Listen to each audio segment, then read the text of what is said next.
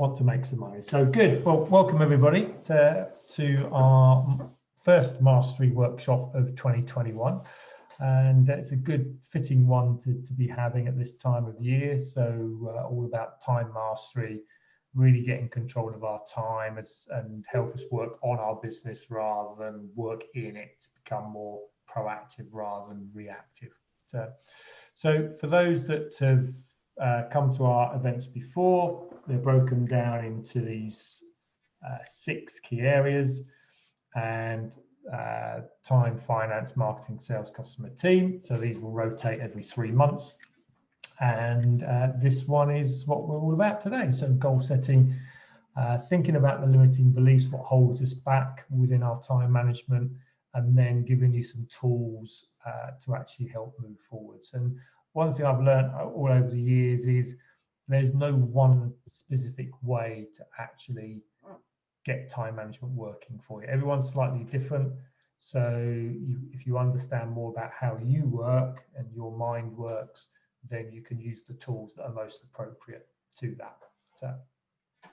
But before we start, what I'd like you all to do is just open up the chat box and put in there what's one key thing that you'd like to get out of today. So your investment of your time, how can I help you best to move forwards? So just type whatever comes to mind in there. So.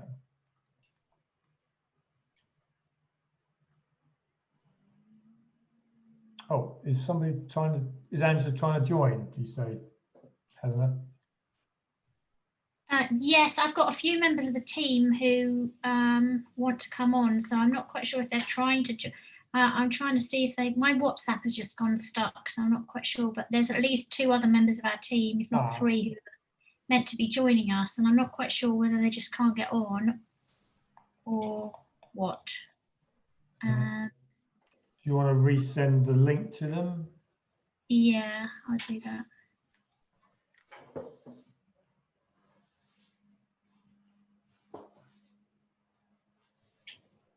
Okay, so Luke is learn to create and carry out a plan better. So, okay, so that's presumably finding the time to make it happen and getting the structure in there to actually implement the plan. Is that what you mean, Luke, on that?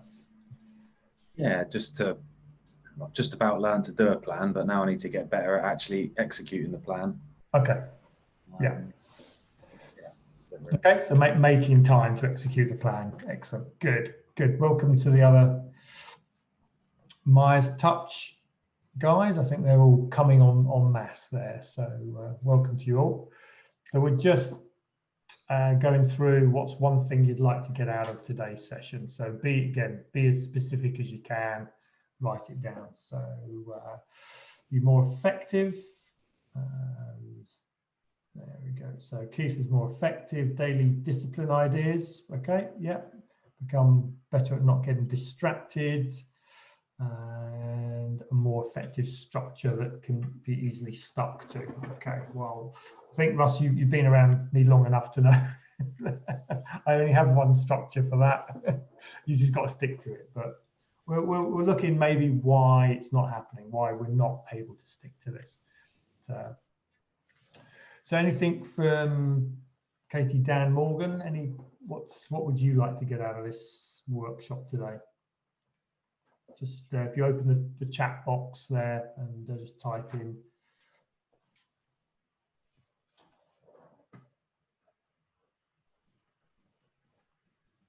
Any more thoughts?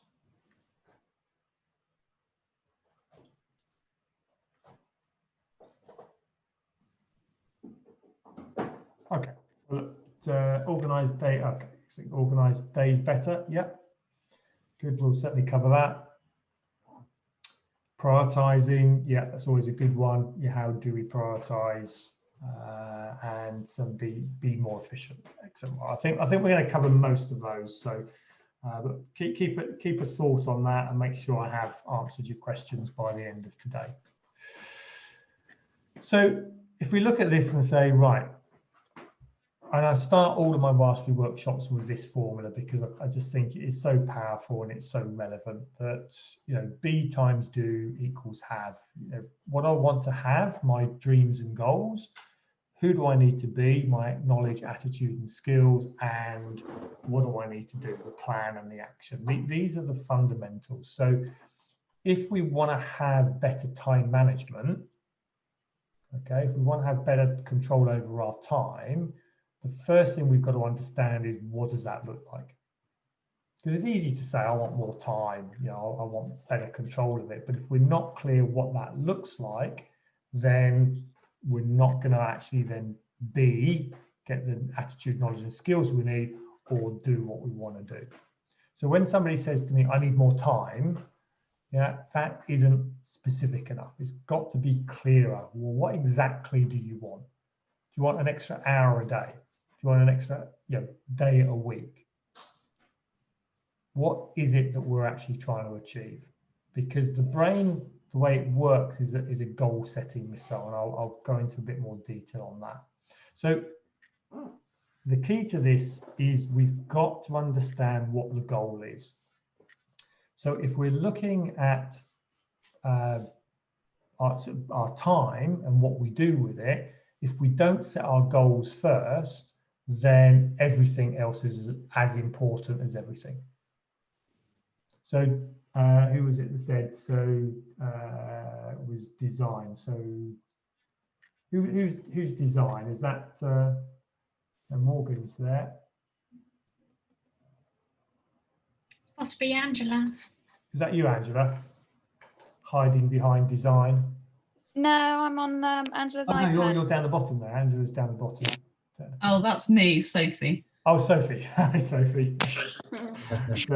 So Sophie says, you know, prioritizing. So the first thing we've got to do with prioritizing is know what the goal is. What are we trying to achieve? What's the most important thing that we're actually trying to make happen?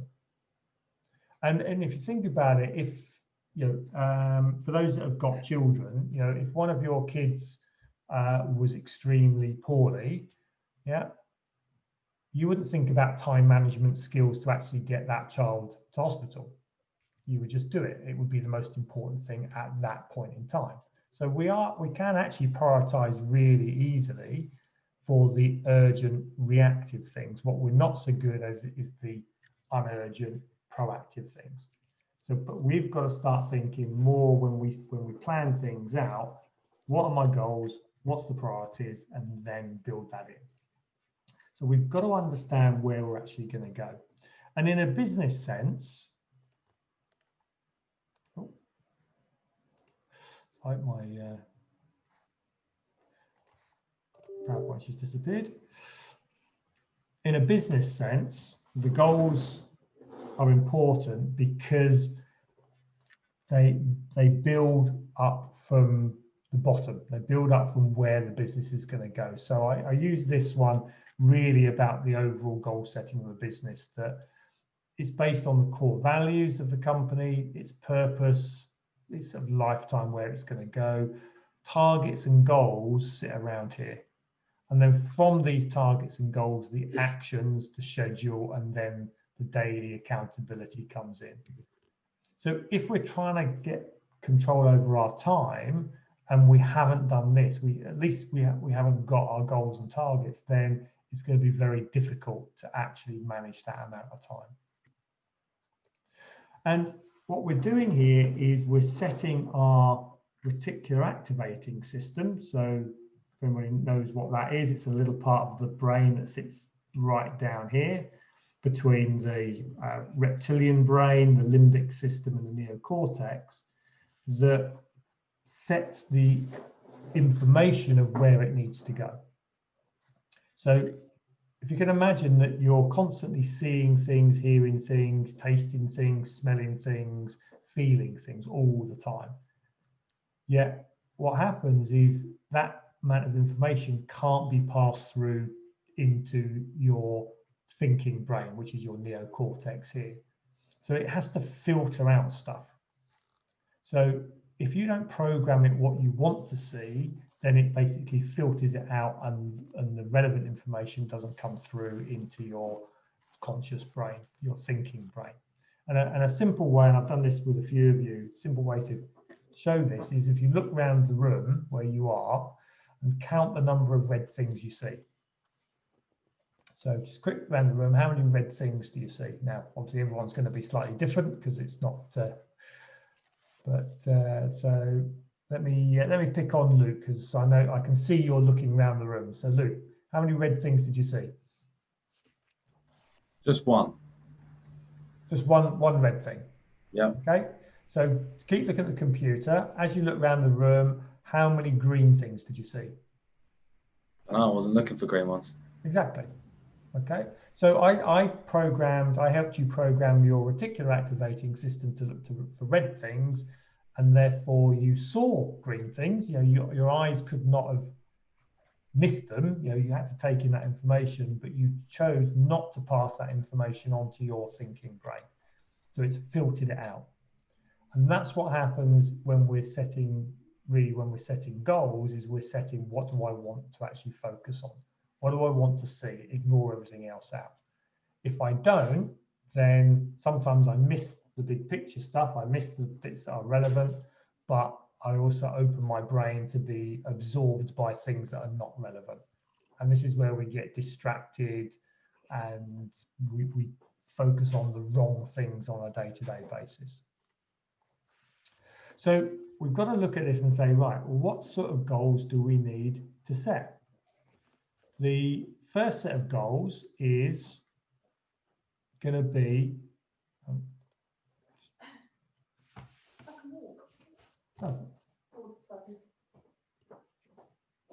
okay, so my wife has just said to me that she can actually walk properly, and she's actually walking without a limp for the first time in 4 months. So our first set of goals is to move away from pain.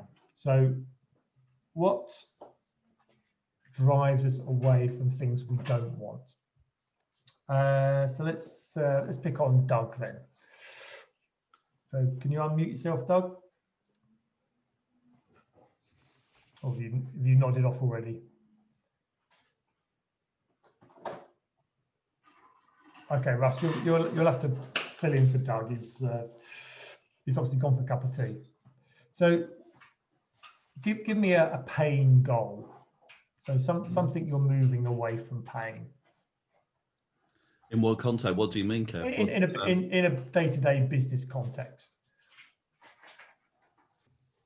Blimey. I don't know really. What?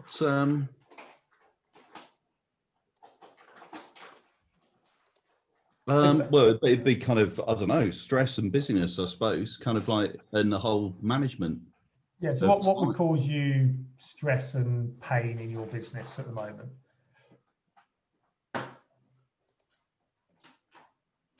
Well, yeah, ironically, time management.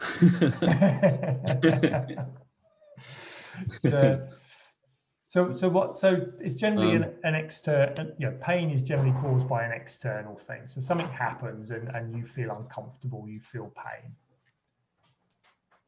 So what could that be? So you're sitting there, you're doing some work, and suddenly something that gets on your nerves or is a pain to you. What would that be? Too many Zoom calls. Too many. Okay, so yeah, a customer would contact you, wouldn't they? Yeah. Just rather than kind of just quick emails, there seems to be an inherent need for just to have a Zoom call to plan when you're going to have your next Zoom call. Yeah. So that sort of thing, I guess. So there's a need base. It puts you in pain straight away. So therefore, you tend to just react to it. You don't plan it out. It just happens. Okay. So our brains are very good at reacting to pain. They don't like it. They move straight away to move away from it. So we don't really have to plan for pain stuff. It just happens, and we deal with it. So we're not really looking, for these sorts of things just get in our way and cause us cause us problems really, but they're not the things that we're trying to get done. Then we move into pleasure goals. So things that we actually want to achieve. Okay, so this would be like working on the business. This would be actually getting your to-do list, the important things in your to-do list done. So with these sorts of things, they're not that initial reactive, what I call reptilian brain function that initially drives you into action. You have to want to go and try and do these things. So you've got to have clarity here of what they actually are, because if you have no clarity of it, you never actually get it sorted. So towards pleasure is more about focusing on what is it you want, which is, as I said right at the start, what does good time management look like? What does a perfect day look like to you? What does a perfect week look like to you? If we don't have that clarity within what we want, then we can't actually work around it.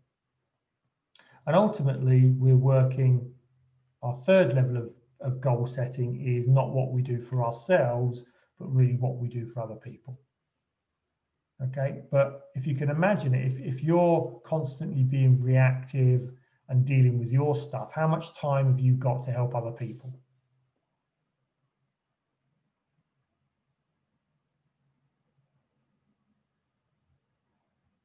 How much time have you got to help other people if you're constantly being really busy?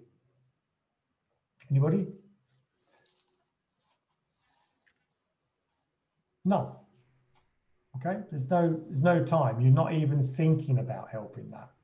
So we've got to understand that this away from pain stuff can absorb us completely. We get stuck in the mix of doing things, reacting all the time. In order to get from that towards pleasure and what we want, we've got to have the vision about what we want. And ultimately, once we've got all of that, we should then have time to actually help other people. And for most of us, that's quite a nice place to be. If we're not just doing our own stuff, we're actually helping other people, and that can be of real benefit to us. So one of the key things that people have heard before is SMART goals: specific, measurable, achievable, realistic, in a time frame. I tend to add in what I call smartify them, so add in inspiring and emotional. So we want to make goals something that really means something to us. Okay, so if it's something you don't really want to do, you've got to put some form of pleasure to it. So if it was cleaning the bathroom, that's not very exciting, inspiring, emotional. Therefore, I'll say, if I clean the bathroom, then I can go out down the pub. Or I can treat myself to something. We need to put some form of positive emotion into the activity that we're trying to do. So the first thing really to think about with the goals that you're setting are they really inspirational and emotionally charged for me? Do I get excited about it? Do I want to do this? And if you don't, then that could be something that's actually meaning you're not getting done what you should be getting done. You see it as a chore, you see it as a task, which is going to put you into pain, by doing it, and your brain is actually geared to avoid pain. That was some theatrics worth watching. You got to remember this. They were impeached. So sorry that, Keith, I'm just going to mute you there. So what we've got to do is turn this away from dealing with the mundane stuff and turn, even if it is mundane stuff, turn it into enjoyable stuff. So just think about a goal that you need to find time to do so. Something that you've been meaning to do that you haven't done. Okay, so just think about that. What's on your to-do list that you should have done, but you've never found the time to actually do it? So just have a think about that and just drop that in the chat box. Give me some examples of things that you should be doing, but you haven't done them yet.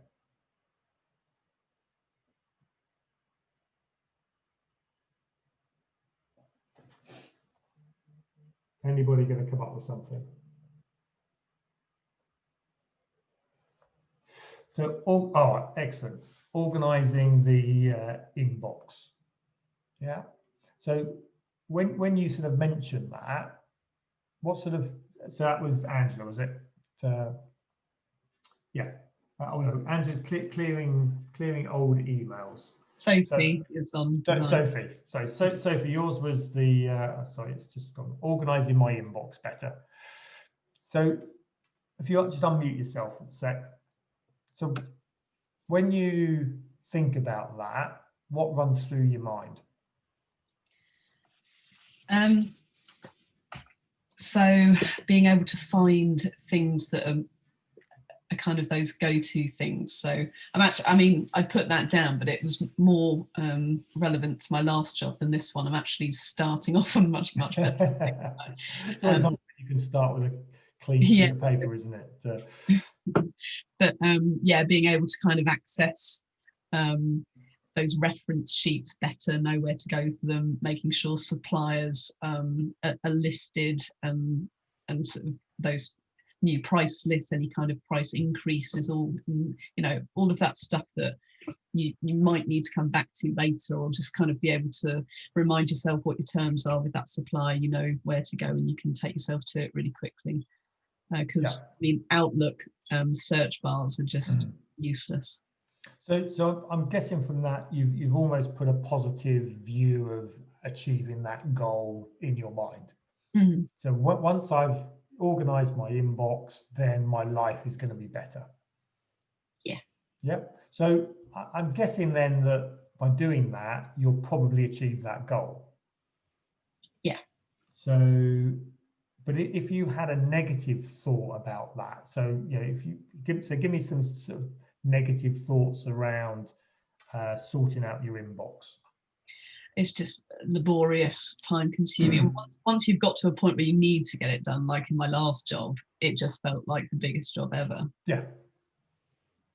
Yeah. So certainly where it's, your inbox has got a bit out of hand, and, you just look at it and you start thinking, oh my God, if I start that, it's not a 5-minute job. It's going to take forever. And therefore, select or delete. In effect, that's the easiest way to do it, just because it doesn't actually disappear. It just goes into your trash box, and you can always find it. But any goal that we have, if we have a negative thought around achieving or the process of achieving that goal, then we are going to be less likely to do it. We are hardwired, in our brains to avoid things that cause us pain, whether physically or mentally, doesn't matter. Okay, so if you're looking at your to-do list and you've got things on there that you look at and go, oh God, that doesn't make me feel inspired and emotionally charged to do it, then the first thing we have to do is reframe the goal. Yeah. Okay, the goal has got to be set in a positive, exciting, something that's going to make you feel good. So when I've achieved my, clear my inbox, my life is going to be so much better. It's going to save me so much more time. I'm going to feel organized, or if you have to bribe yourself, if I do it, I'll buy myself, a treat. Doesn't matter how you do that, but you have to set your goals with a positive outcome in the, to start with. Luke, yours was 2021 price lists from main supplier. Yeah. So have you got a similar sort of negative feeling around doing that? I just can't be bothered to do it, to be honest, but I need to sort it out because everyone's asking where the new price list is. Yeah. So eventually, if the pain of being constantly asked to do it is big enough, then that will overcome that problem. Yeah. But until problem is I can't delegate it because no one else knows how to do it yet. So I need to teach Luke Simpson, who's sat there keeping quiet, how to do it next time. So that's the other thing. So when we look at this, and I'm just gonna actually I can draw it on here. Should be able to draw on here. Let me see if I can. So we have a little formula called D times V plus F is greater than R. So R is your resistance to change. So your resistance to doing your goals, yeah, is there. We've all got it. The worse the goal or the worse the activity is, the higher the resistance.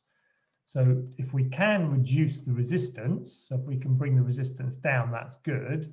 But if we can't, then what we've got to work on here is either the dissatisfaction of not doing it, or the vision of having it done has got to overcome the resistance. And the F is the first step. So what do I need to do? So we all know what we need to do. I need to just sit down with my inbox. I just need to sit down with the price list. That isn't the problem.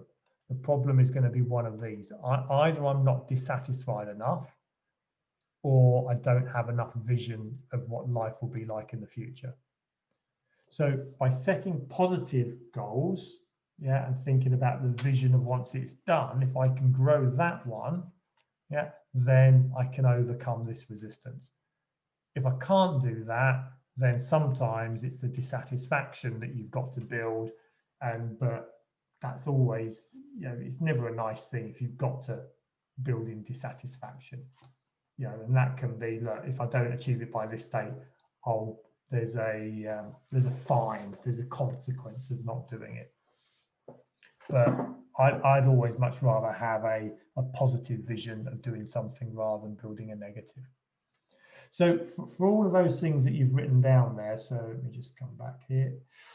What else have we got? Taking more time to plan, sort through my emails, clearing old emails. When you say them, you almost get a negative feeling by actually saying it, even though they're not my goals. So what we've got to do is put those in a positive, a positive sense to actually make this happen. So when we look at this then and say, right, what sort of time goals do we want? Then, we've got to be really specific and clear in what it's going to be. So is it more time to work on the business than work in the business? Is it more time with the family, time for the self, learning time? What do you want the time to do? And then you've got to sort of really set, once you know that, is, well, how many hours do you want? So how many hours do you want to actually put for each of these? Because you don't find time, you make time. But if you don't have a goal for how much that's going to be, then it's not going to happen. And what happens is our beliefs kick in. Our beliefs of what is good time management actually can hold us back. So what we believe to be true. So if you believe there isn't enough time to get things done, then guess what? That's your reality. That's what will happen. So we've got to start thinking there is enough time. I can do this. I can achieve this. And then we can actually start moving towards where we want to go. And the key, one of the key things to remember is, business is not just being busy. Some of the most successful people I know actually seem to have more time on their hands. I think, Luke, you've been going through a little bit of this, haven't you? The more you've been able to get control of time, you get that sort of guilty feeling that I'm sitting here, I don't have to do anything. And that's because we're not being reactive. We're not running around because everyone else is forced us to do things. We're actually in control of it. So sometimes when you first go through it, you feel a little bit uncomfortable. Oh my God, I should be doing something. What should I be doing? Because your brain has been so geared up to be reactive. Once it's not got that, it feels a little bit lost. So we just have to accept that's going to happen, and fill the gap with something. Fill the gaps that we create with something proactive. And that's why you've got to have your list of goals, you've got to have your plan, because that's what's going to fill those gaps as we go forwards. So we become busy doing the stuff we want to do rather than the busy doing stuff that other people are forcing us to do. And I'll show a little bit more about that in a little while. So we have to understand that, you know, time is our most precious asset. You know, it's more important than money, because if I lose money, yeah, I've still got time to earn it back. But once the time has gone, no amount of money is actually going to earn that back. And this is sort of really what we call leverage. You know, we've got to leverage and get more from our time than we would do on our own. Now, there's a number of ways we can leverage our time, you know, through other people. As Luke said, if I get the other Luke to do this, then I create more time. It could be systems, processes, computers, you know, all sorts of things can actually help us to build that time. But we've got to understand that investing to create time is one of the best things that you'll ever do, because we only have 24 hours in a day. There's no way that you can actually earn more than that. And until you respect your time, nobody else is going to respect it for you. And I see this a lot with organizations where the managers or the owner, the directors are busy. Yeah. Everyone else in the organization follows suit. And I also see organizations where you go into them and the owner or the directors are running around, you know, flat out, and the staff are sitting there, you know, taking it easy. The busy people should be the people, you know, actually doing the work. The directors, the owners, the managers should be spending a proportion of their time thinking, because it's the thinking side of things that really makes difference. Just doing more isn't of great value. We've got to be actually doing, actually creating space and time to actually think about where we want to be, thinking slightly ahead of where we actually are. So it's really key to think, you know, am I respecting my own time enough? And if I am, then I'm going to start to get the respect from other people. And sometimes this is the ability to say, no, I can't achieve that. I can't do that. Yeah, helping other people to solve their own problems before they become our problems. So what we don't want is, you know, for our direct reports to go home early, you know, finish at 5 while we're solving their problems and then solving our own problems. So we've really got to look at this and say, you know, am I respecting my time? Am I actually being respected by other people? So that's really made me think that, Kev, because another thing that, another thought is triggered is when you see managers or directors with their door closed, that they're still getting interrupted all the time. And people are thinking, oh, it's all right, I can just pop in and ask this, pop in and ask that. But the more they take time to focus on other things other than what's going on outside the door, the day-to-day stuff, they get less interrupted. Yeah. Yeah. So it's like if Luke's door's closed, for example, people don't bother him. But in the past, no matter how busy directors or managers have been, it doesn't matter if their door's closed because you still pop in. Yeah. Because it doesn't matter, and that comes back. I've never thought about that before. The respecting your own time. That's really interesting. Yeah, it is a big one, and it's because there is a negative that. So if Luke is sitting there with his door closed, mm-hmm. what could be a negative thought about what Luke's doing? Just watching YouTube. Yeah, he's an auto trader. That's the truth. Yeah. So we because there's we'll always sort of perceive the worst in a situation. Again, yeah. Our brains are naturally, any situation we're designed to look at the negatives in that, because that's how we survive. You know, if you're looking at a if you're an animal, you look into the woods, you're going to perceive there's a threat in there, because if you do that, okay, 99% of the time you might be wrong, but the one time that you're right will save your life. Mm-hmm. So we're geared to do that. So you've got to understand, when you do close your door, your team potentially are going to think you're sitting there twiddling your thumbs. Yeah. Okay, and that's why potentially they'll come and knock on the door. So we have to educate people. We have to sort of tell them, look, I'm in here this is what I'm doing, and be open with it. Put it in your calendar, you know, on Wednesday morning between 10 and 12, I am working on the business. I'm doing strategy, I'm doing sales, I'm doing marketing, I'm doing this, I'm doing that.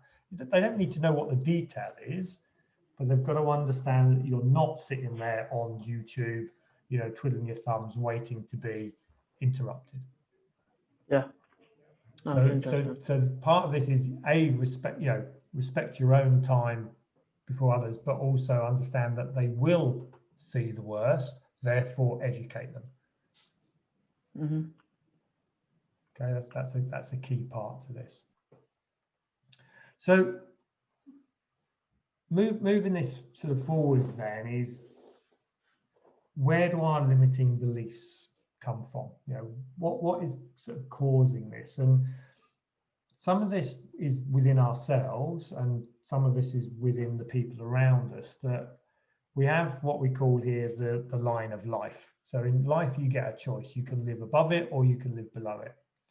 And a lot of you have seen this, but it's always one to come back to, that below the line, people live in blame, excuses, and denial. Above the line, they take ownership, accountability, and responsibility. So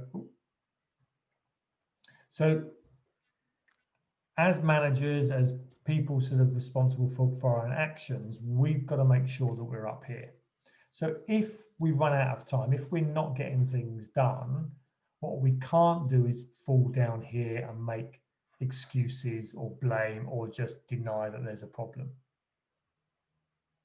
So if I'm sitting there with a load of activities that I should be getting done and I can't deal with them all, and I start making excuses, oh, I didn't do that because I didn't get around to that, or this happened, that happened, or blame other people, or just ignore it, then what's happening, I'm becoming a victim.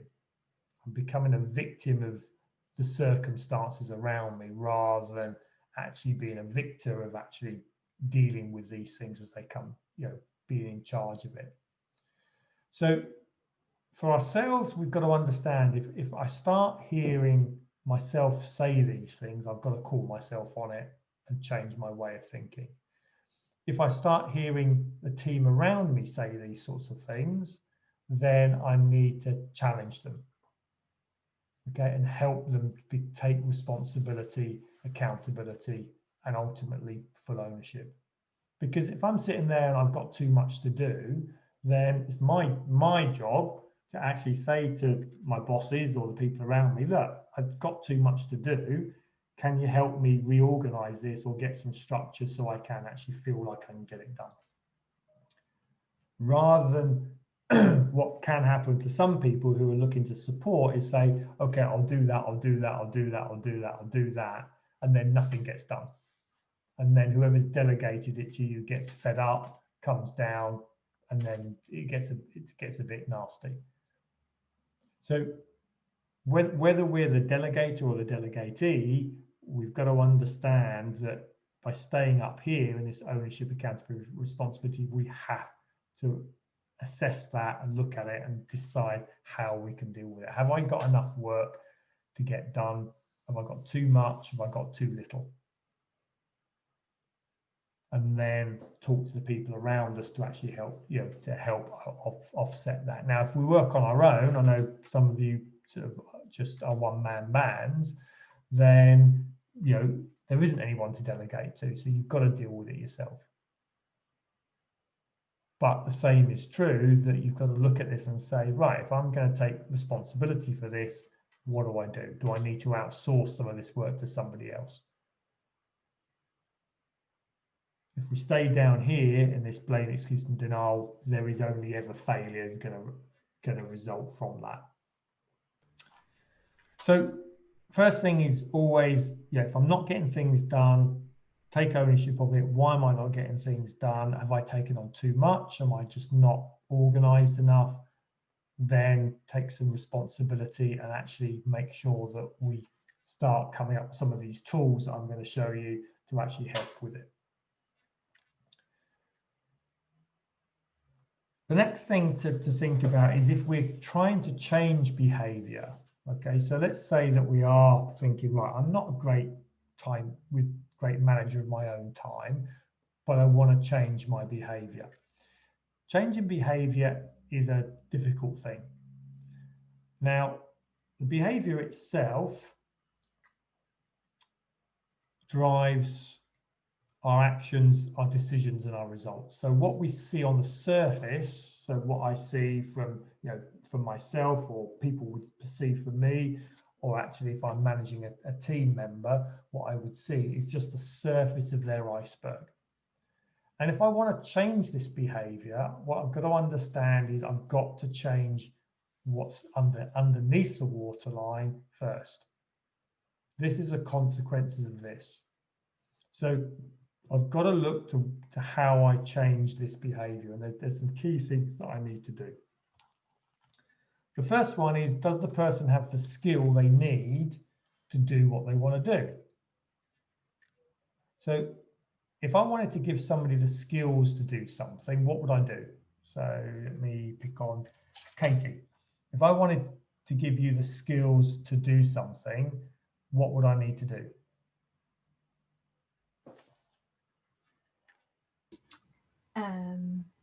Teach me. Teach you, yeah. Yeah, I'd need to put you on a course, give you a book, show you how to do it, wouldn't I?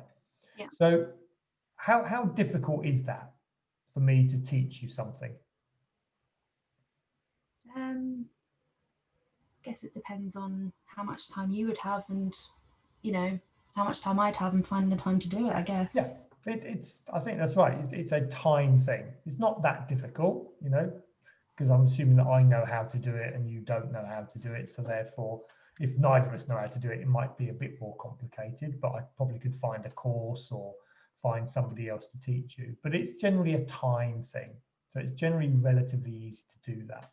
So I've put you on a course and I've taught you how to do something, but you're still not doing it. Okay, the behavior is still the same as it was before. So you've not really learned from the lessons. Mm-hmm. When that happens, what we're looking at here is there's a belief that's missing. So my belief of you doing it this way and your belief of doing it that way don't align. So when two people's beliefs are not the same, how do we solve that problem? So let's go on, Katie. How would I change your beliefs?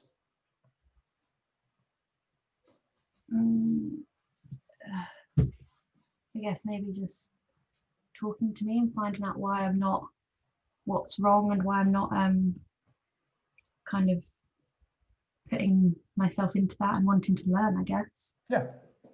Yeah, I'd have to ask you some probably quite difficult questions. As I say, Katie, look, we've talked about this. Why is this behavior not changed? Mm-hmm.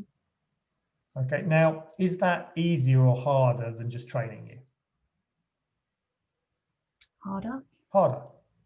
Yeah. Yeah, it's a little bit more personal. Yeah, isn't it? It's, training, I'll just go on a course, but this is a little bit more difficult. So this is if this is training up here. Okay, so this is me training you. Yeah, this is me coaching you. Okay, and so in order to do that, I've got to be prepared to challenge you. Challenge and understand. Okay, I've got to understand why you're doing it your way, why you think your way of doing things is better than the way that I've been trying to teach you. Now that takes time, it takes effort, and it's, for some people, they find that quite difficult. This is easy. This is quite straightforward. Yeah. Now, if I do this and we talk about this, and even then it's still not changing, then we're down at a values level. So something in your core values, or that this person's core values, means that they don't value the behavior that we're actually trying to instill here. Now, if I was trying to change your values, your core values, Katie, yeah, how easy is that going to be? even harder. Really hard. Mm. Really, really. I mean, it's very difficult to change people's values. You know, this is why, you know, we have all the sort of war and disruption in the world, is because people see the world differently and they don't have the same values, and you know, would rather go to war over it than actually sit around and sort it out. So this is really difficult down at this level. And then if we're down at the identity level, yeah, which is what you say to yourself about yourself when you're by yourself, then if this doesn't fit in with the behavior, then there's no way that you're going to change. Because the only way to actually change your identity, who you really are, is either mind-altering drugs, yeah, or cognitive therapy. And that can take years and years and years and years of work to actually deal with. There is one other thing, one other factor that affects the behavior probably more than most people think, and is actually one of the easiest ones to actually change. So if we were an iceberg, what's the biggest influencer on the shape of an iceberg? Helena? Environment around it. The environment, yep. So the water in which it sits. So actually, before we even go down to any of these, the first thing we've got to think is the environment in which this person, is that the right environment to deliver the behavior I'm looking for? So if I've got somebody that is struggling with their time management to get things done on time, one of the first things I've got to look at is, have I put them in an environment which is causing them stress to actually do that? And this is one of the big things with this move to home working now, is sometimes that actually helps. So a change of environment from the office will help that behavior, but sometimes it will hinder it as well.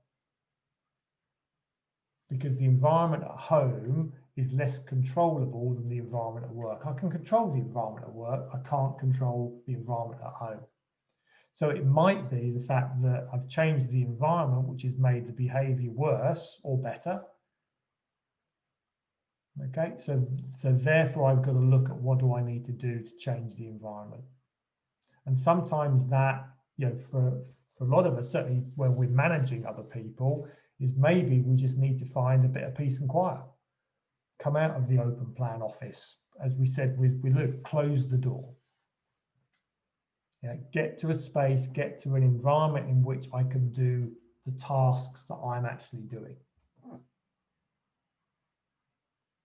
And having, you know, if you're doing multiple tasks, so you're wearing multiple hats, I've got to do sort of accounts, I've got to do sales, I've got to do marketing, I've got to do HR. If I'm trying to do all those different activities from one environment, it can be quite difficult. And maybe we need to have different environments to do different tasks, different activities. And that's, again, if we go back to the previous slide about ownership, accountability, responsibility, we have to take that ownership ourselves and say, is the environment in which I'm working, is that conducive to what I'm actually trying to achieve? So I've gone a bit dark, I think, because it's a bit bright outside and the camera's gone a bit doolally. So really think about this, about yourself around time management. Is this a skills challenge? You know, do you just need the time management skills to actually manage your time better? I'm guessing for most of you it's not. Is this a beliefs thing? Yeah, that you believe that being busy or doing what you do is the wrong, you know, is not working for you. In which case, maybe you've got to challenge yourself or talk it through with somebody else to help you with that. If it's a values identity thing, then we've got some serious problems. Okay, and maybe the job that you're in isn't the right job for you, that you need to move out of that. If it's down at that level, you're trying to do something that you're not geared up to do. Or is it just a simple environment shift that would actually change that behavior in the way that you want? Okay, so just really think about You know, what could be holding you back at what level? And you know, where you're managing somebody, so if you're trying to manage somebody else's time management, then really your job stops here. Yeah, that these two and this one are the only ones that you focus on. If you've got an employee that's down here, then really you shouldn't be, you know, you need to help them leave the company, because they're not going to help you. You're going to push them through too much change, yeah, to actually make it worthwhile, unless they mean so much to you that it's worth that effort. But in 99% of the cases, it's just not worth it. You let those people go off, and then they'll find an environment in which they can, their values fit, their identity fits, and they'll be much happier, and so will you. So the next thing then to think about with our beliefs and our behavior is our behavioral style. So for this, we use DISC profiling. Now, I know some of you have done DISC profiles. Other people sort of haven't quite got there yet, but we're quite happy, you know, to do these for people. And it really looks at you in one of these 4 areas. So outgoing, extrovert, reserved, introverted, task focused, or people focused. And for each of these, we've got the D, I, S, and C. So D is the dominant, I is the influencer, C is the cautious, calculating, conscientious person, and S is the stable, steady supporter type of person. So each one of these 3 looks at time management in a different way. Okay, and their problems around time management are relatively unique to that profile. So if we know what profile we are, then we generally will find our problems with regard to time management. Okay, so if you haven't done your profile, then make sure you get one done. If you have done it, have a think about what profile you are, and then we can look at some ways to actually help with that. So the high D, so the extrovert, outgoing, task-focused individual. So these are drivers. They're determined, they like getting things done. Yeah, their time challenges are, they have very high standards, so no one else does it as good as they can do it. Yeah, they try to fix, change, control lots of things, and they tend not to get buy-in to tasks because they come at it quite quickly. People go yes, yes, yes, yes, but they don't really understand it. So we end up coming back and fixing those problems later on, which again causes a lot of stress to the high D. The high D, if you say you're going to do something with a high D, you've got to get it done. Okay, but a D is also quite a dominant type individual.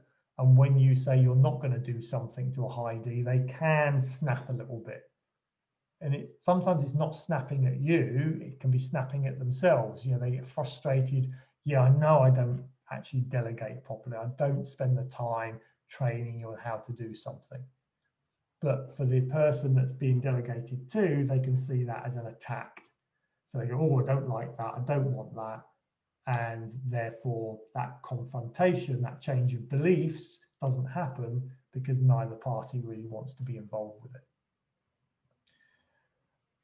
These, like I said, like to control, fix things. So they tend to hang on to things longer than perhaps they should do. Because it's easier to get it done myself and get somebody else to do it. So they'll end up with lots of things that are partly done because they'll do them, they get bored with them, and they'll move on to the next thing, the next shiny, bright thing. So we've got to understand, if we're a high D, the first thing we've got to do is get better at delegating. Yeah, look at ways to make sure that when we do delegate, the jobs are getting done to the standard we want in the time frame that we want. The next thing is, don't start too many things. You know, focus on a few things, get them done, then move on to the next thing. Don't keep picking things up and going for the next thing. Okay, so there's some key things that we need to do there for the D. The I is the inspirational, impressive, you know, they like to get things done by inspiring other people, you know, very much the outgoing, talkative person. Now, where they get stuck is they are definitely magpies. You know, they don't have the attention to detail that a D would have. A D will eventually get things done. But I's flitter about. They start one thing, they stop, they go somewhere else, they stop, they go somewhere else. You very rarely see a high I sitting at their desk. Yeah, unless they're talking to somebody, they don't feel they're being productive. Now, that can be great for them, but if you've got a high I boss, yeah, what generally happens? So it's Morgan, are you there? Yeah. So imagine you've got a very high I boss, a very talkative, outgoing boss. What, as a, if you're not a high I yourself, what sort of things would you see problems being caused here? I'm not too sure. So what do high I's like to do? Quite dominate, maybe be a bit louder or take over. Yeah, they like to talk. Okay, so if you've got a high I boss who likes to talk, and there's no one else in the room apart from you, and you've got 101 things to do, what generally happens? You get distracted. You get distracted. You know, high I's are very, you know, like to distract everybody else. They don't think they're distracting everybody else, but that's what they do. So what can happen where you've got a high I, you know, boss in these situations is, you know, you find that they're interrupting you, they're getting in the way, so you're not getting things done, and then when you're late delivering something because they were interrupting you, then they get upset that you didn't do what they asked. So it becomes a bit of a vicious circle. So sometimes with a D in the I, we've got to have that confidence to stand up to them and say, look, you've just got to let me get on with what I've got to get on with. There are times where we meet, so as long as you've got times where we do talk, then that's okay. You know, but we've got to have this structure, this agreement between the two of us, how we're going to work together.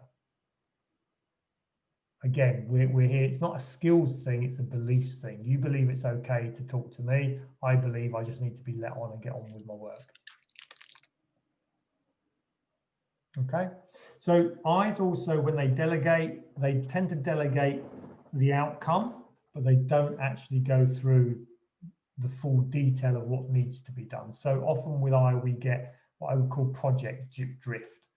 So they ask me to do something, I start doing it the way I think that they want it, and then they come halfway through and say, well, no, that's not what I wanted. I want something completely different, because they don't do the detail. They don't go into that finite of what needs to be done. So again, if I'm dealing with a high I as a boss, I've got to be sort of looking at that and thinking, right, have you given me all the facts here? Have we laid this out? Have we really got the structure of what we need to get done? If I'm managing a high I individual, yeah, then the opposite is true. You know, I might find that they're being too talkative, and I need to make sure that they sit down and do the work. Yet they may not really have thought through how they're going to achieve something, so they start things and never finish them. Okay, so you've got to start thinking, if I'm managing a high I or I'm being managed by a high I, we've got to sort of look at where we're strong, which is generally communication, but where we're weak, which is often the detail. When I'm looking at an S, so a supportive, stable, steady, you know, somebody who likes the status quo, then what can happen with these guys is, oops, no, oh, I'm back. S's have a bit of an issue that they don't like saying no to people. They like to support people. They want to help people. So by doing that, they end up taking on too much work. So you can always tell a high S's desk because they'll have lots and lots of paper on it. They'll know where everything is. They'll be able to find it, but they'll look as if they're actually overwhelmed. And sometimes they are, but they'll never admit to being overwhelmed, because in their mind, no, I can get this done. I can sort this out. So with the high S, where we're managing them, we've got to make sure that the workload they've actually structured it. They've got some time frames, because yes, they can get it done. They want to get it done. They don't want to let people down, but they're not very good at actually putting time frames onto things. So if you've got S's, make sure there's really clear time frames. If you've got an S boss, then go away. If you've got a boss who's a high S, then what they're not very good is delegating. They'll hang on to things. So they'll have the pile of stuff on their desk. You might be sitting there thinking, well, I've got nothing to do. Yeah, and yes, oh yeah, I'll get round to that, I'll get round to that, but they never really get round to actually doing it. Because they feel, in a way, sometimes they feel that they don't want to impose on other people by delegating to them. Okay, so be very, very clear. If you're an S, yeah, or you're managing an S, think about timescales and time frames. That's one of their key things, and make sure they're not overworked, because S's, it's amazing how much S's will actually absorb, how much pressure they'll absorb. They'll keep going, they won't complain, they'll just do it. And then one day you'll ask them for a cup of tea and then they'll blow up. And you'll say, well, I only asked for a cup of tea, but it will be all the pressure that's happened over the past period that has finally blown up and come out. Okay, and I see this a lot of times with in organisations where the assistant or the high S individual has left the company, or gone off on stress, because it just got to a point where they couldn't deal with it anymore. So you've got to start looking for the signs of this. See it in yourself. Are you that sort of person that takes on too much? Or are you managing somebody that's taking on too much, and help them to deal with that side of things? C's are our conscientious, cautious, calculating. These are our perfectionists. They love the detail. So their time challenges is nothing's ever perfect. Okay, it's not good enough. So they hang on to things too long.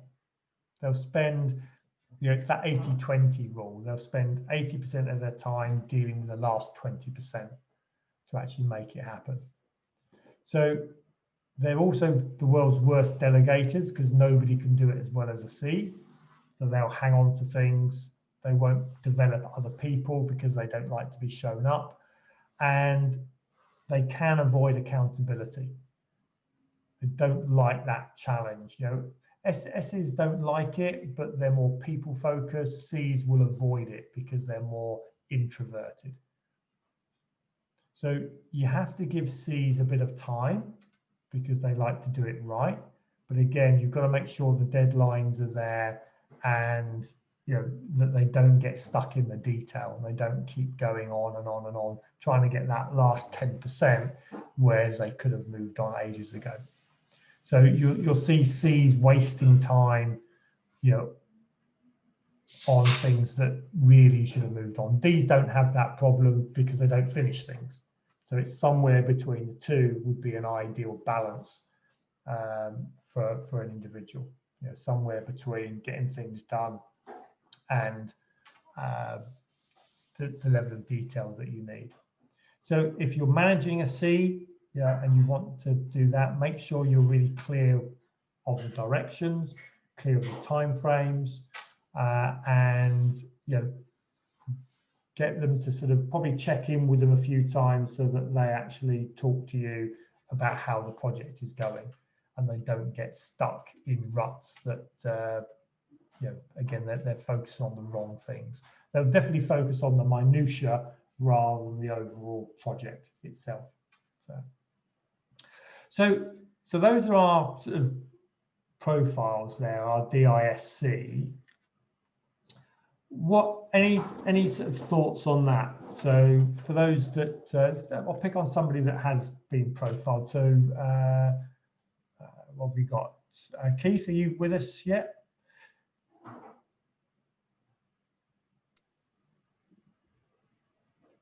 Yes, I am here. Yep, cool.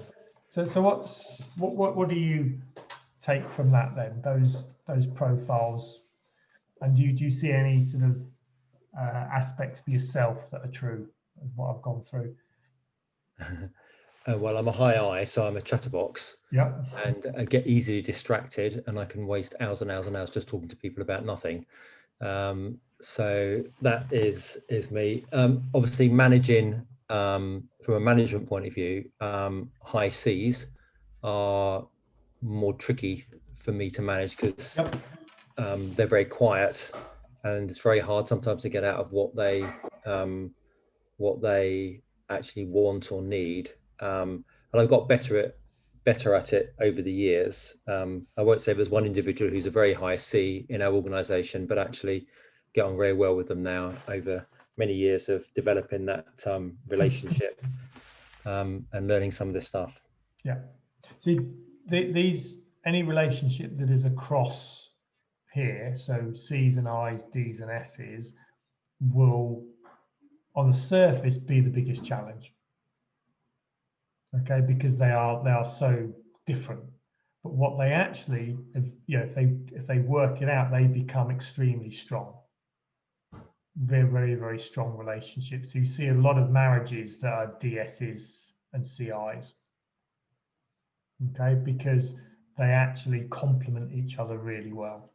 And teams that have got D's and S's, C's and I's actually work well. But initially, in building that relationship, it can be challenging.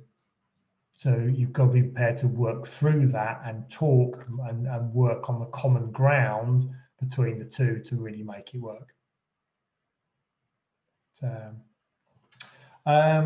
let's pick up. We've got quite a few high I's here. So I think Keith has talked for the high I's. Helena, would you talk for the for one of the other boxes? Which box would you like to talk for? I'd probably like to talk for the C's. The C's, okay. So what did you sort of glean from that? I never would call myself a perfectionist, so I wouldn't put myself in that box, but I do hang on to things too long because I like them to be just right. So everybody calls me a perfectionist, but I definitely don't. I guess that's a characteristic. I am very aware that if I have a task, it is the end of it. Yeah, I kind of like want to check it or check it twice, check it 3 times, get some confirmations before I'm ready to say go. That's true. I kind of think in some cases I'm happy to delegate. In others, but I think that might be years and years of realizing that I'll have to do everything forever if I don't. So it's a long-term learning of you better give this to somebody else. So I guess I try and choose the bits I don't like to delegate to others. So it's kind of careful delegation. Yeah. And we do learn, and these are very generalistic things I'm going through here. The key though is to think, right, if I've got a challenge with time management, what profile am I? And that will then identify where you need to work, what areas you need to work on. So for the C will be about, right, what I need to move on quicker from jobs. I need to be able to get to a point where they're good enough, move on. Because I can quite easily spend another 4 or 5 hours titivating this, but is it really value? Is it really good use of my time? Yeah, I remember, in my days in accountancy, being a high C and, spreadsheets, I could just spend, I'd be there till 10 o'clock at night, actually finalizing a spreadsheet. And part of me, actually, I enjoyed that. It was, I didn't mind it, but if those hours were precious to me and I want to do something else with them, then I'd have to learn how not to do that.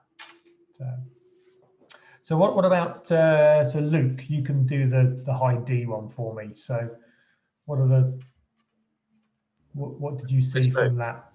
Oh, sorry, Barnes. I don't know Luke, Mr. Simpson enough to know whether he fits in there. I actually didn't think I was a D when you said that, even though I got profiled as a DI. I think I can't quite remember. You did get profiled as a DI, I remember. Yeah. DIC. It sounds like you want to say. Yeah, Dick. No, you were a D. You're DI. You were. I don't know. I have no problem delegating though, I don't think. Yeah, but I think that's been something you've grown into. Yeah, no, that's Ds. Ds don't mind. I mean, Ds will delegate, but they tend to delegate too quickly. You know, and their expectation is they'll say one line and think they've delegated it, rather than actually explaining what they really want and how they want it done. And then they get fed up that it's not delivered as they wanted it, because they never actually explained that in the first place. So they're a little bit light on detail, so they get frustrated that things don't get done, and sometimes they don't fix that, so they end up actually keeping hold of it and say, well, I can't be bothered, no one can do it as well as I can. So they end up becoming a bit more C-like and hanging on to things. Don't know. I've not got much to say on that. I feel like I'm out of that category now. I'd like to do the test again. I think my personality's changed since I felt. Well, the key with DISC is it's, you know, we have the ability to behave in any one of these four. So we can all be extrovert people. We can all be a bit dominant. We can all be conscientious. We can all be supporters. So the key about this profiling is profiling the team. Most of them I can profile instantly. Some I can't. And there's a lady that helps us with all our operations at our place, and she's like a CS, I would say. And basically me and Luke just talk, get an order, and then don't have to worry about it again, because the compliance comes in, it's done right, it's set up right. And we definitely couldn't do what we do without the CS profiles in the back end of the business, actually making something happen, basically. Yeah. So. And then that's the beauty of an organisation. It should have a mixture of all of these profiles in it to actually, you know, get things done. So, but if we're coming at this from a time management point of view, yeah, and we've got a challenge with that, then if I'm a D and I'm managing an S who's got a time management problem, then I've got to help them to overcome that. Okay, if I've got an I, then I'll help them overcome it in a slightly different way to an S and a different to say. And that's why I say the tools that we use, what we do, will be different depending on what profile we are, which is why there isn't one time management system that I can guarantee works for everybody. Okay, so the first thing is, you know, really understand yourself, understand the people around you, you know, that are influencing you at work and at home. There's no reason why this can't work in personal life as well. And by working on your beliefs, your thoughts, it's going to help. So clarity around the goal. What do you want? The time management is number one. Number two is work on the internal.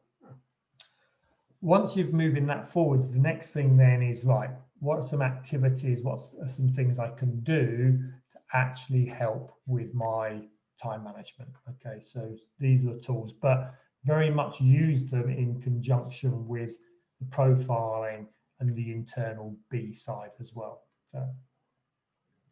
So one of the key things, now we did this in our book club book up in the run up to Christmas, a book called 7 Habits of Highly Effective People by Stephen Covey, who interviewed a number of very successful people in his time and found that there were 7 traits that they all shared.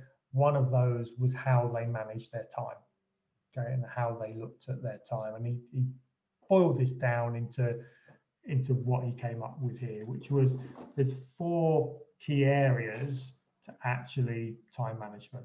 Yeah, the first is this not urgent, not important. So who haven't I picked on yet? So Gary, are you with us, Gary? Yes, I am. Hello. Excellent. Welcome, Gary.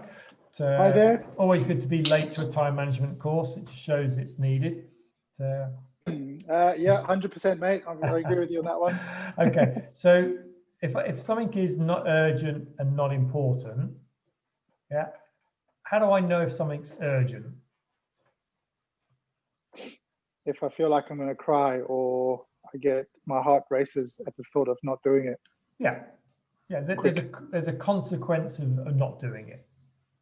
Okay, so something bad is going to happen if I don't do it. That's what something urgent, comes in. How do I know if something's important though? You don't, because something I've recently realized is that keeping relationships going is important, but it's not urgent. So there's no like time frame on that, but it's very important in business. Yeah. So why is it important? Why is relationship important? If you don't keep good business relationships, you don't make good business. First of all, you're not a good business, and then second of all, you won't make money. Yeah. And why have you chosen it to be important for you? Because some people it's not important. Relationships are not important. It's important for me because I've been crap at it through all my life. It's somewhere I definitely need to have room for improvement. That's why it's important to me. So really, what it is, urgency is externally driven. So something's going to happen, and there's a consequences of not doing it. Important is internally driven. What is important to you, is what you set as your goal. So if you set your goal for growing my business, then maintaining relationships in the business is important. Yeah, if you set a really nice family life and getting on with the missus and kids and things like that, or the other half is important, that's the goal that you've set. So we have to set a goal before we know whether something's important or not. If we don't set goals, then we can't identify whether it's important. Urgency will happen anyway. Importancy we have to set. So if something's not urgent, there's no consequences of not doing it, and it's not important, it's not helping us move towards our goals, and we end up doing work in here, it's just a distraction. We get easily distracted doing things that are not urgent, no consequence, not important, not moving me forwards. So we get stuck in here, or people get stuck in here when they've lost sight of where they're going. What am I trying to do? What am I trying to achieve? Don't know. So therefore, everything becomes important, and therefore they're easily distracted. So a high I that isn't clear where they're going to go is very easily distracted. They'll rush around. An email will go, the phone will ring, somebody will walk in, and off they're off. They're doing something else. The key thing that helps us keep out of that is real clarity around what the goal is. If something's urgent but not important, i.e. there's a consequences of not doing it, but it's still not important to me and my goals, then we've got to think, well, if it's not important to me, who's it important to? It'll be somebody else. So here we get deluded that we're doing busy work. We're helping other people achieve their goals rather than doing our own goals. And one of the key things for this is if we're an S and a C, so more of that introverted, this is where S's and C's fall down, is they end up doing things for other people rather than towards their own goal. Now, if it's in a business, their personal goals, their own goals should be aligned to the business goals. But if they're not clear what the goal is, then we lose people here by deluding themselves they're busy, but they're just busy fools. The third area is where something is urgent and important. So he called this demand. So there's a demand here of we're actually doing things that have to be done and they are important to our goal. But we've got to ask ourselves, why do things end up in this box? So Gary, why would things end up in this urgent and important quadrant, I'd say, sector? Procrastination, or even delaying it. Yeah. So we've put it off. Yeah. When it wasn't urgent, because it's not the fact that it's suddenly become important. It's always been important, but when it wasn't urgent and important, i.e. in here, not urgent but important, we didn't do it. So we've left it so long that it's suddenly become urgent, and now we're firefighting. So we're doing things that are needing to be done now because we didn't do them a week ago, 2 weeks ago, a year ago. So we end up in this horrible cycle of firefighting, put one fire out because we're not working on the business or doing the important, not urgent stuff. We end up creating more fires as we go. And you see people in here that are just constantly under stress, running around, putting fires out and never actually going anywhere.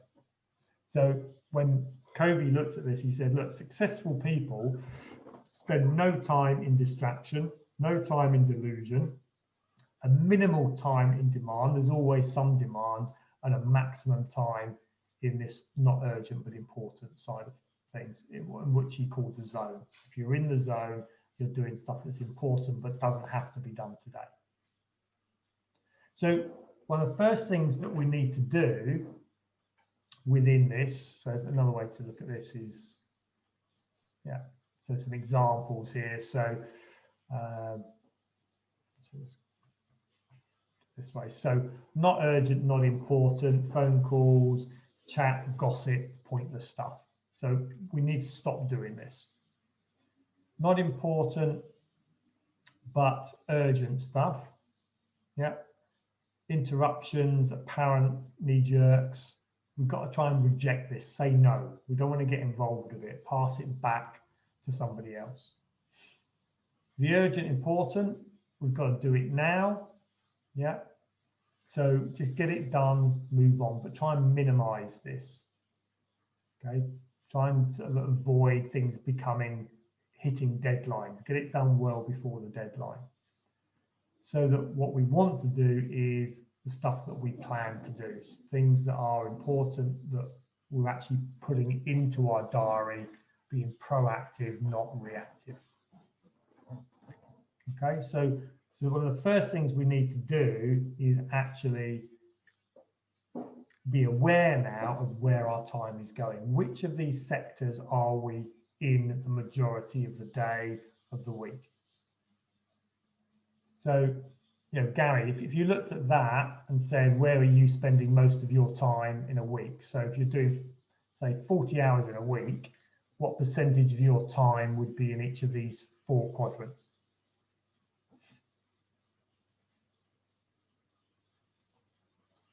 Any thoughts? Yeah, I'm just having a quick look through them. Most of my time is doing actually on-the-job work, so like getting my hands dirty in maintenance. Yeah. But that's it. So if it's scheduled in, then I'll do it. But if work's a bit dried up, then I'll end up doing like emergency jobs or sort of interruptions, kind of going into that not important, urgent, like in that one. Yes, the stuff you're doing is important, isn't it? Because where you are in the business is if you're doing stuff that earns money, is earning money important to you? Yeah, of course. Yeah, so you're going to be predominantly over here. Yeah, not a lot down here, pointless routines, chat, gossip, because if you're doing this, you're not earning money. Yeah, there's some of that. Okay, so you basically look at this and say, look, what percentage am I in each of these? And then start thinking, right, well, what is causing me to be in there? What do I need to do to stop it? Okay, to get myself out of this box, take time out of here, take time out of here, take time out of here, and put it in here. So what's my goal for being in here? Is it 5 hours a week, 2 hours a week, 10 hours a week, 4 days a week? What is it that I need to be doing on this not urgent stuff that I plan to do in order to move myself and my job and my business forwards. Okay, so the first thing we've got to do is be aware. So in order to do that, we need to review. Okay, review where we are, review what we're doing, and create the self-awareness of what's working and what's not working. You cannot change anything in your life unless you're aware of what is going wrong.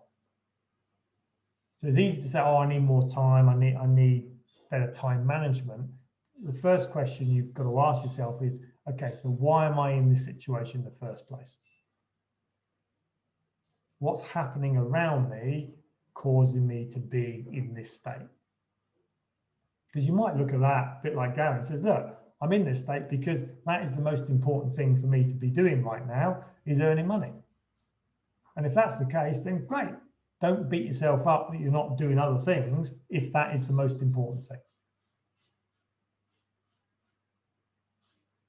So you've really got to get clarity around what you're doing. Then we move into prioritization. So we've then got to prioritize what we do, and then we've got to organize it. Okay, so we review where we are, we need to prioritize it, and then we organize it. So the review, so really the reviewing side of it is for some of us, or I think for most of us here, you're wearing a number of hats. Okay, you are not just doing one role. Okay, you might have a finance role, a sales role, a marketing role, you know, an admin role, you know, you've got a family role, you've got a husband-wife role, you've got a brother-sister role, you've got a chef-cook role, you know, you've got many, many hats that you wear in your life. And I would look at this not just in a business context, but in a life context. Okay, so what are you doing? You know, what are the hats that you wear? How many hours are you awake a day, a week? Yeah, and then start saying, right, where is my time going on each of those hats? Don't judge it, just record that amount of time. So where is my time going?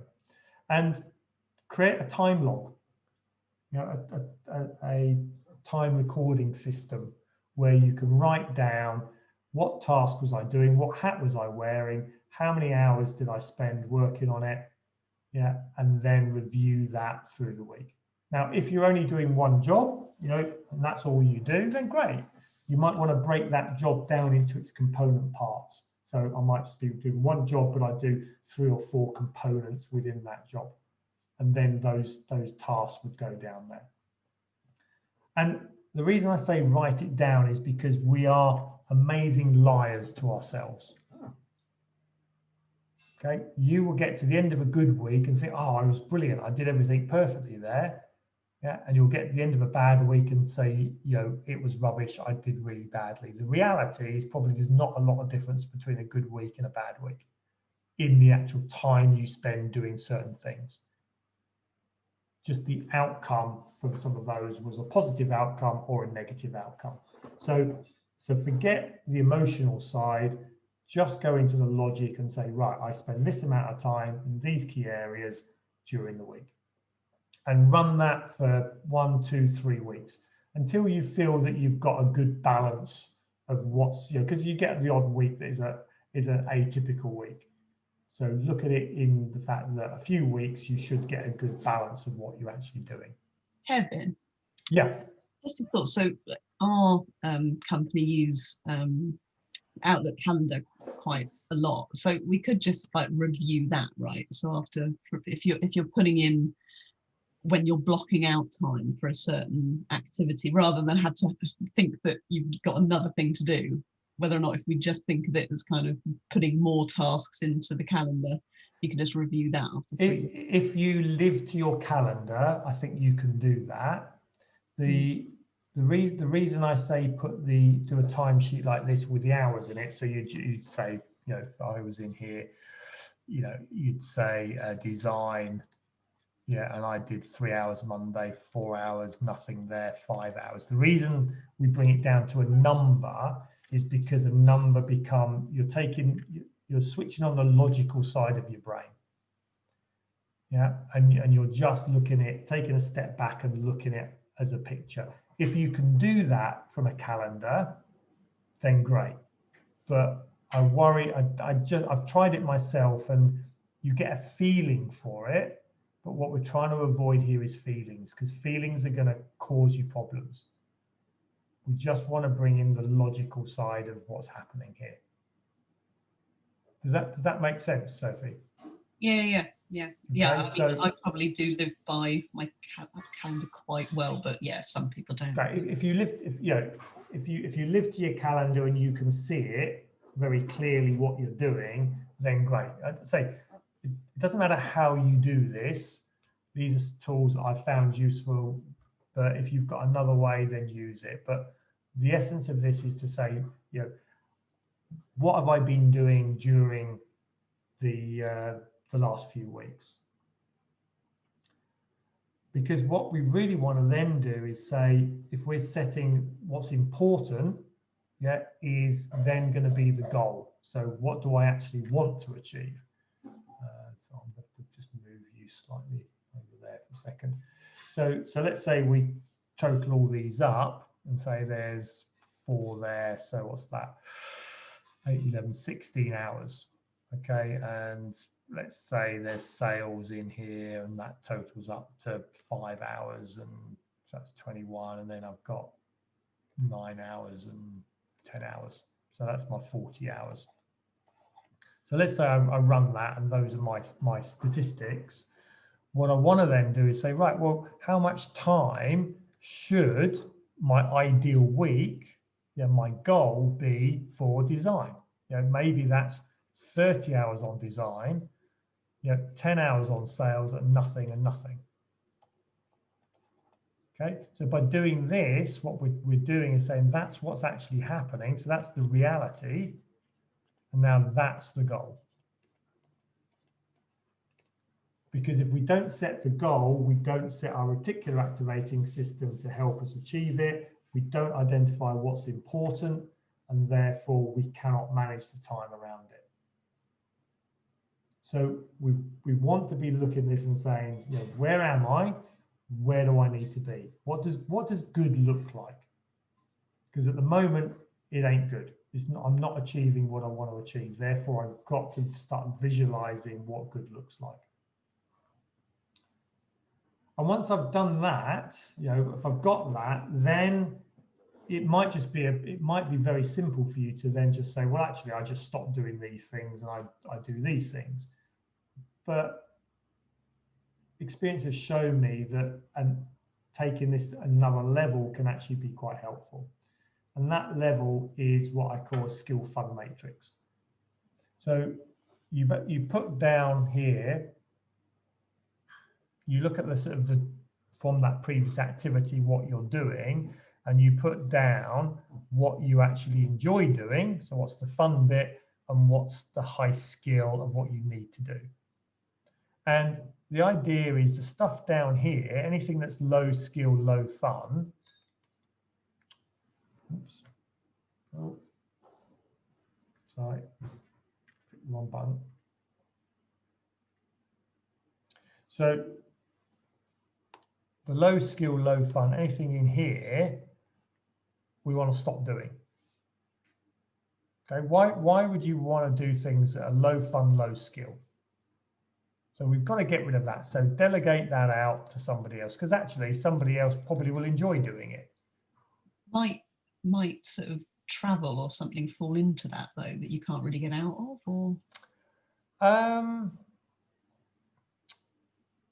mean, I guess depending on the role. Yeah, travel what to clients and things. For example, just it's fresh in my mind, so I've just had to do quite a long travel today. But where would that come in this? I think, look, if you're traveling to go somewhere to do high skill, high fun stuff, then you just got to accept it. Yeah. I guess it's part of the process. If you're traveling and you really hate it and you don't want to do it, then I would say get rid of it. You know, why would you do what stuff that you don't want to do? So you've got to make that call. You know, yeah, maybe there's ways that you can do the work without the travel. You know, this is what I've found with Zoom has been brilliant, because it's actually taken the travel part out of, you know, many meetings. I mean, the number of hours we've saved has been brilliant. Yeah, I guess it's not a particularly relevant question, but yeah, you know, I guess that is we've got a sort of area that we can cover, and you don't go outside of that, and that's what puts us sort of limit on that. Yeah, so I think, you know, because what we're trying to do here is create more time to do this stuff. Okay, so if we're looking at this and we've got some stuff that I don't want to do, it's low skill, low fun, then I want to remove that. If it's high fun, low skill, so I really enjoy doing it, but it doesn't need my level of skill, yeah, there is an element to say, well, look, no more than 10% of your time should be doing this stuff. So minimize it right down. Okay, really keep that down to a bare minimum. But you don't, you know, there's some people sort of just, well, actually I enjoy doing that bit of the job. You know, therefore do it, but minimize what you do. The problem comes when we have this high skill, low fun stuff that's up here. Okay, it's high skill. It needs your level of skill, but you don't actually enjoy doing it. Now, the reason it's high skill, low fun is because you've created the skill that you have to do it.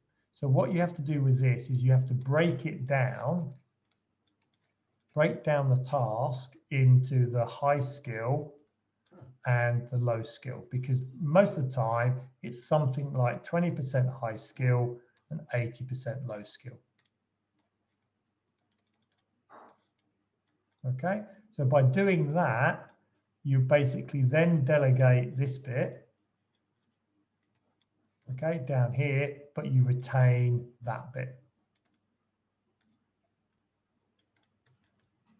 So that would be sort of, you know, something that's complicated, where you would create a training program or a system, a process that other people can actually do that work, and you just provide the 10%, 20% checking.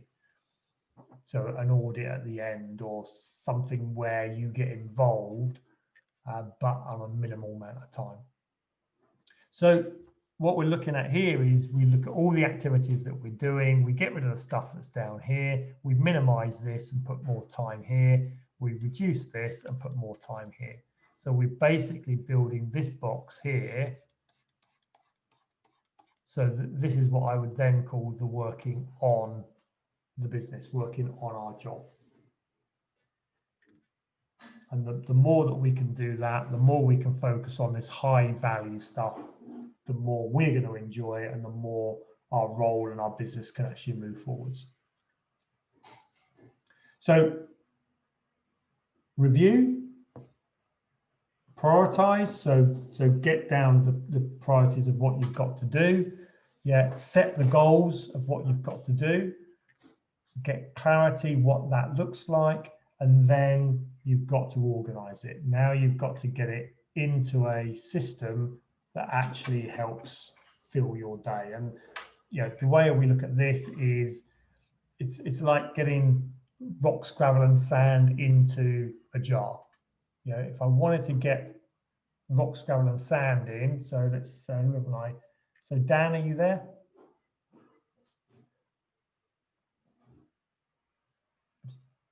Dan, still, can you take yourself off mute, Dan, or you microphone problems? No, okay. Doug, are you back with us, or are you? Where is everybody? They will just switch the news on or something. Luke, I know you're there. So Mr. Simpson, rocks, gravel and sand, get them into the jars. What needs to go in first? Sorry, mate, say that again. So I've got all these rocks, gravel and sand. Yeah. Yeah. And I want to get them into the jar. What do I need to put in first? What do you need to put in first?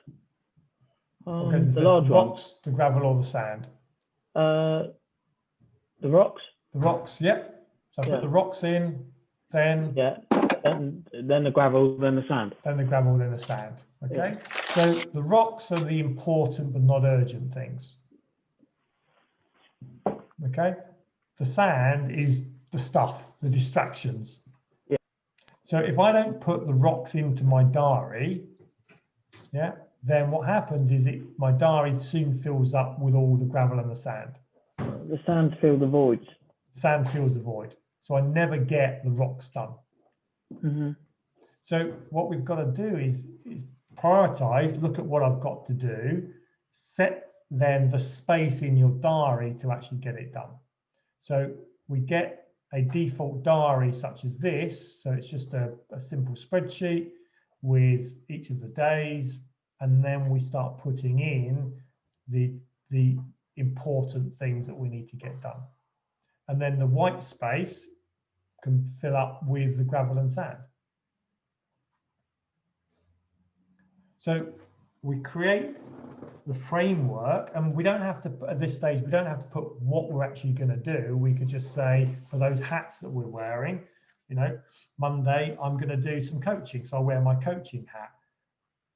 Monday afternoon, I'm going to do some direct mail. So I'll do my marketing hat. I'll do some sales over here. Okay. So we're setting the time frame to do certain activities. And then we've got our to-do list, all the things that we've got to do. At the beginning of each week, we just need to insert what we need to do in that time slot. Okay, so it might be here coaching, right, in that time slot, I'm going to be coaching these people. Here, direct mail, I'm going to be doing this direct mail campaign. What we can't do is get to 1 o'clock on Monday and say, oh, right, I'm going to do direct mail at 1 o'clock on Monday. What should I do? Because what's going to happen at that stage is somebody's going to phone you, somebody's going to email you, somebody's going to knock on your door, and you're going to go straight back into reactive mode, because that's going to be easier for you to deal with than actually thinking about what you need to do. You've already got to have thought, what am I going to do in that time slot? So we've got to get better at planning our days and our weeks in advance. If we just get to Monday and we go to work and then the phone rings and people come in and we haven't planned that day ahead or that week ahead, then we're just going to go back into distraction, delusion, reactive, and we'll get to the end of the week and we'll go, well, I didn't get anything done. So we've got to be thinking further ahead and actually saying, right, if on a Monday morning, you should go into that Monday thinking a perfect week looks like this. And then because you've visualized it, then your reticular activating system can then say, right, is this going to help me get a perfect week? No, it's not. Okay, don't want to do that. If it is, then yes, that's what I've got to do. And that's what's going to really help you get control of your time and make sure things. And if you look at this and plan it all in and say, right, well, actually, I'm not going to get everything in. I can't get all the rocks in. Then you know that on a Monday that you're not going to deliver all the things you wanted to do on the Friday. So when you get to the Friday, there's no surprise that you haven't done those 3 last things. Whereas if you don't do this, you get to the Friday and then you, oh God, well, I didn't achieve those 3 things. I'm useless. Yeah, or you start to deny it and ignore it. And then, you know, if you are responsible for somebody else, they get upset that you actually haven't delivered what you said you were going to deliver. So those really are the 3 key things. You know, look at what you're currently doing, assess it, prioritize your areas, look at the hats that you want to be wearing and what a great week looks like. Delegate things, use the skill fund matrix to break things down if you need to, and then plot it into a diary. Now, I know, So if you're good at using Google Calendar or online calendars, that's brilliant. And I would definitely say bring that into your calendar. But if you're doing this for the first time, I would really recommend doing it manually like this first on a spreadsheet or even on a piece of paper. And what you're doing here is you're setting your diary, not for now, you're setting your this default diary for you in 3 to 6 months time. So when I've got control of everything and I'm up where I want to be, this is what my diary will look like. Even if you can't live to it right now, you're setting the reticular activating system to say, right, that's the type of person I want to be in 3 to 6 months time. Once you've set that, then you can go back and put that into your Google Calendar, because that may not be the perfect situation right now. It might have to be a bit of a hybrid between where you are now and where you want to get to. And from my own experience, when I was taught this and started using it, I'd be setting my calendar for 6 months time, and then once that 6 months was up, I would then review it, revise it, and do the next 6 months and the next 6 months. Now I probably do it once a year, something like that, because it's got a good. I'm quite happy with the way it works at the moment. So when I came to Spain, I had to redo my default diary slightly because the environment had changed. Okay, so those are the 3 things. A couple of other things that are useful to think about are a concept called the 20-mile march. So this comes from a book by Jim Collins on great leadership. It's not a great picture, but this is Amundsen, who was the first person to walk to the South Pole. And if you know the story, you've got Scott of the Antarctic, and Amundsen, who were in a race to actually get there first. Scott was more of a, I would say, a high I type person, so very much bravado. We're going to do it this way, and sort of led from the front. Amundsen was more of a statistician, and he wanted to find out the details, and he meticulously planned everything of the journey. So he even went to the North Pole and met with the Inuits to find out how you survive in extreme cold conditions. They advised him he should use huskies because they were very efficient in the way they worked. And Scott, being more of a techie type person, relied on technology. So he bought in tractors, tanks, and things to actually get him there. He had a backup plan. He used horses. So it was horses, so typical army style things from the early 1900s. They offloaded the tanks into the South Pole. Everything froze, and they sunk into the snow. The horses that he used, the one thing with horses, they eat a lot of straw, so fodder, hay, which takes a lot of carrying. So they had to have 10 times the number of horses to carry the food to feed the horses. The other thing he forgot was actually when horses work hard, they sweat. When something sweats in the South Pole at -30 degrees, it freezes. So the horses lasted about 2 more days than the tractors that he had. So within a week of actually starting, Scott had nothing to actually take him to the South Pole. So he relied on his guys carrying their own stuff. Amundsen's dogs, the plan was, and this came from the Inuits, was you start off with twice as many dogs as you need. And for those that have not got weak stomachs, as the dogs perish, the other dogs eat the dogs that perish. So by the time you come back, you'll have about a quarter of the dogs you start with.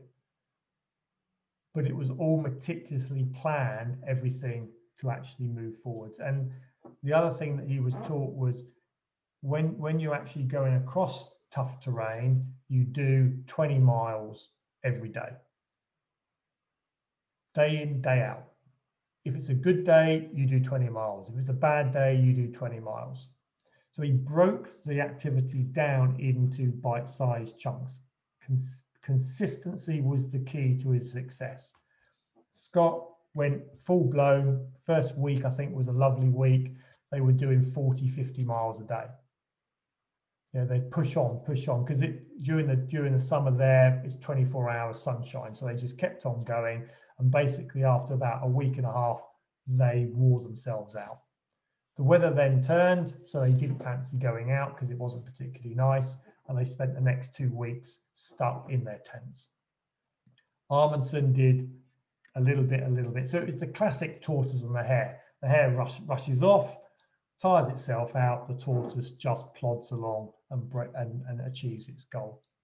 So when you're looking at the bigger tasks, really think about the 20-mile march. Do enough to do it consistently on a regular basis, day in, day out, week in, week out.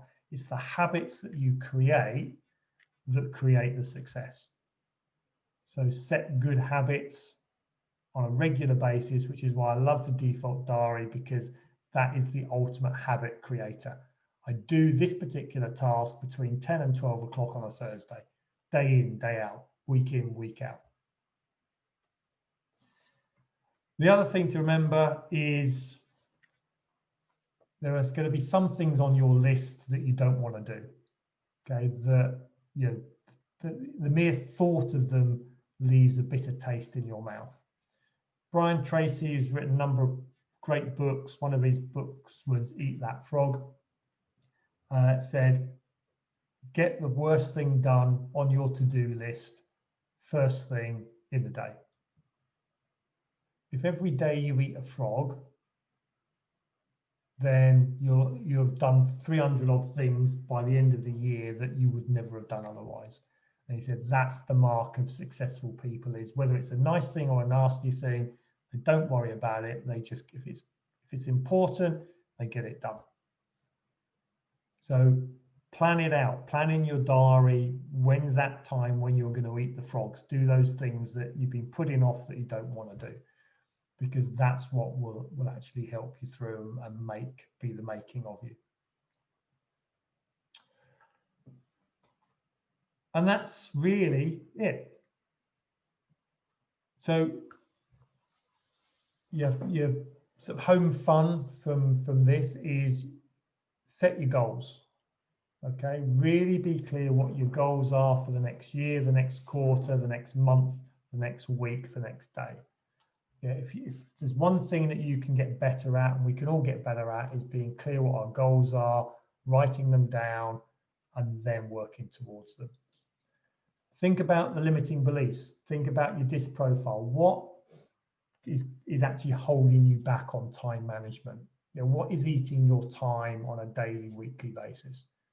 What are you spending your time doing rather than the stuff that you should be doing? And then do your time audit and complete your default diary.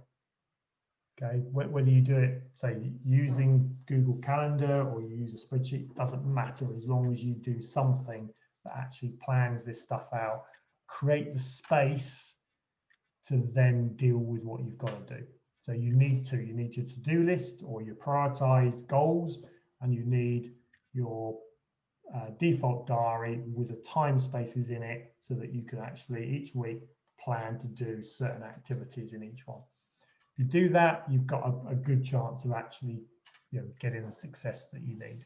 So, excellent, and I think we've pretty much completed that in time, which is always good for time management course to finish on time. So, any questions? Is there anything? I mean, if you want to put something in the chat box or just unmute yourself and ask any questions.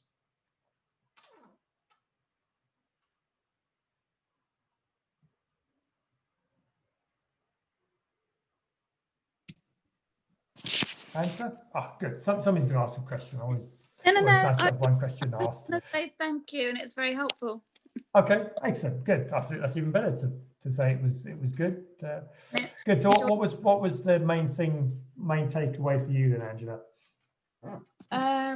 What did I? Well, I know about the default diary. It's just putting it in place, but obviously with the home working, it's just changing it all around again now. Yep. That'll be a good sort of I don't know, challenge to sort of try again and see if it works. Then the what did I do? So just giving clear and concise timeframes, setting goals really as well, yeah. and sort of achievable ones. Put it in, give myself half an hour, get it done, and then move on to the next thing. Yeah, break it. Yes, that. How do you eat an elephant? One piece at a time. Break it down. Set the activities. And I know it is anyone that is working from home with those distractions, that environment that's changed, it does become more difficult, and therefore it's more important to do that. To set the times in the day where you can focus on the important stuff. So. Yeah. Okay. Thank you very much. Excellent. Thanks, Angela. Luke, what was your biggest takeaway there? Me or the other one? You unmuted yourself, so I thought you had something to say. I was going to say thanks, Kev. That's really good to. Every time I listen to you or we have a coaching session, I always refocuses. And it's strange because sometimes I'm not listening and other times I am, but I still take away a lot of useful things that just give you that little like click back on the right path with certain things, like the rock thing again, to go through that. Just reminds you that as long as you get your really important things done in your week, and the rest will just sort of like slotting around it. Yeah. So yeah, no, good. Cool. Thanks for that. Good. Excellent. Well, I think we're at 6 o'clock. So it's 6 o'clock your time, 7 o'clock my time. So hopefully you've all got some good bits out of there. Do those 3 things, and for those that I'm seeing sort of in the next week or so, it'd be good to see what you come up with. For those that are new to this, hope you've enjoyed it and taken lots of notes, and look forward to hearing some good results from it. So take care, everybody, and we'll see you soon. Bye for now. Enjoy the swimming pool. If only. See you later.